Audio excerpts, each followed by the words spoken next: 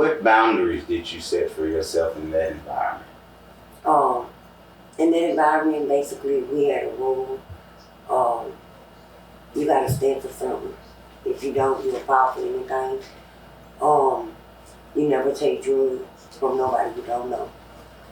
Um, set your drink down. Don't never go back to it. Always get your own drink. Um, that's what messed me up. That one mistake. When you feeling so comfortable with somebody, I set my drink down. And it changed my life. But like I said, if you meet a girl or you meet somebody and you know them and you see they got an old man, they off limits. Period, point blank, no matter under no circumstances. If they come to you on the side, you gotta confront. 9 times out of 10, the girl will blame you. She's gonna say it was your fault, something you did. That's natural as a womanly instinct. But just know you did the right thing, and if they get mad at you, part ways, it's worth it. But always stick to your guns. And that was my gun. What misconceptions do people have about dancers that you wish they understood? That they hoes, that, that they doing this just for clout and, certain things. A lot of people getting a lot of body work done and stuff, and to meet the idea of society so they can make more money. They're not getting this done just so, my husband will be pleased. They're getting it done so, I want to make 5,000, I want to make 14,000 a night, And the perception of dancers is that they don't respect you or your dream. They don't see why you're doing it. They don't know that you're going home feeding kids. They don't know that you're paying bills, and that you actually provided for your family and probably your cousins, your siblings, your best friend. They don't see that part. They only see you in the club shaking your ass. And they don't see that all that money that you're making by the time you're done paying your bills, buying your kids shoes, helping your best friend grandma, that you really probably got about $25 to your name and you're still out there catching a bus. On a typical night back then, what did safety look like for you? My rod. I carried at the time, and my brother, he also secured my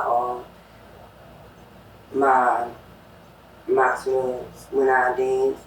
But most of the time, I was the security for the women. I would set the shows up. I would drive around and get them. We would go in. You know what I'm saying? I would do conference. I would talk to the main person, get all the show up fee, make sure you're on the back, make sure the girls got all the show up fee, set the rules for everybody when they come out. This is how it's gonna go. No groping anything out of the way. We cutting the show, because that's what you get your show up fee for, So, just basically being firm with them and demanding your respect when you walk in the room, and when you're talking to them. Y'all are having an adult conversation with each other. You're understanding these are the rules. We're here to, entertain. We're here to have fun and enjoy and go home safe. We here to make it back to our families, And I did that for a lot of girls.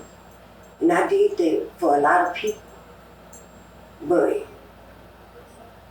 that's when they say life ain't fair. Because that never happened to me. You might not get back in this world where you put out.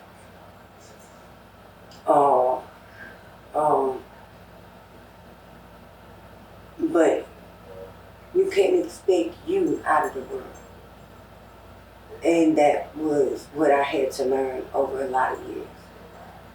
Surviving what I survived. And I'm okay with saving the people that I saved and monitoring the security that I was. And I was okay being a bitch. I was okay with them not liking me. If I had to cut it short, I was all right with that because I knew one thing: when I say wrap up, that means I'm going to be the last one out of there. I'm going to stand there and watch every single one of them walk out the same way they walked in. And we're going to get in the car with just what we have. And everybody's going to make it home that night. I'm going to drop everybody off, make it home. And guess what? But you ain't going to go home broke. You're going to get your show up fee.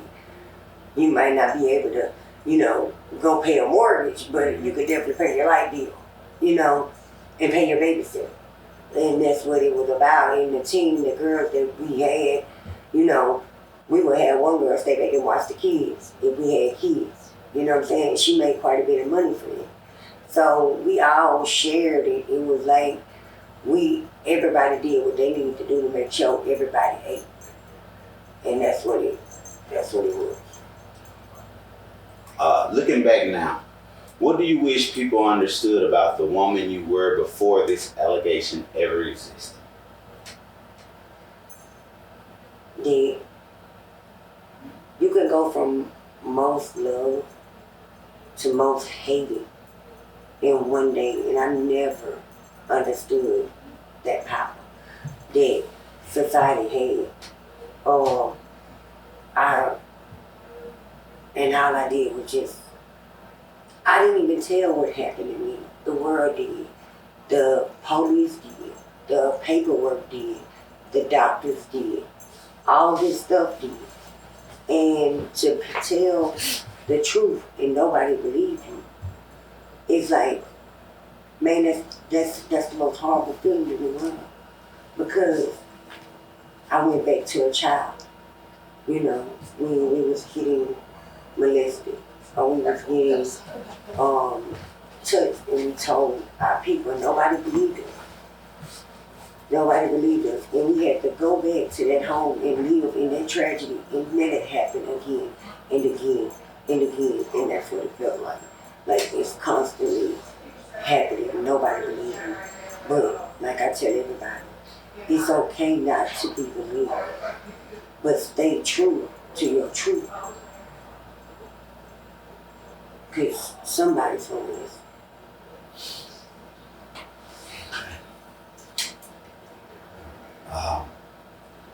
Let's go to that night. As you remember it, how did that night begin?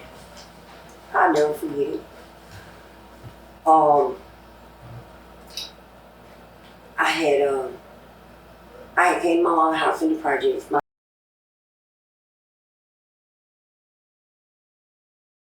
Yeah, tap in.